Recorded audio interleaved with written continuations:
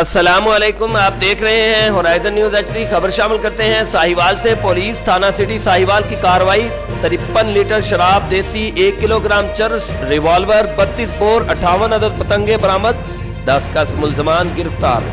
DPO Sahiwal صادق بلوچ کی ہدایت پر Sahiwal police کی جرائم پیشہ عناصر کے خلاف بلا تفریق اور بلا خوف و خطر کارروائیاں جاری۔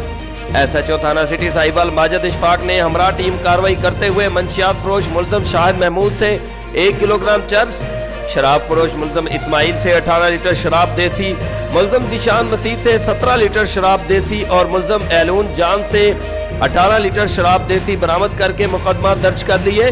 ملزم ثناء اللہ سے ریوالور، 32 بور اور کائٹ فلائنگ ایکٹ کی خلاف ورزی پر ملزم قیصر نعیم سے 58 عدد پتنگیں اور 5 ڈوریں برآمد کر لیں، جبکہ عارضی قیامگاہ کی خلاف ورزی پر 2 مقدمات درج کر لیے۔ Report Rauf Shahzad Jatt, divisional bureau chief Sahiwal, Horizon News HD۔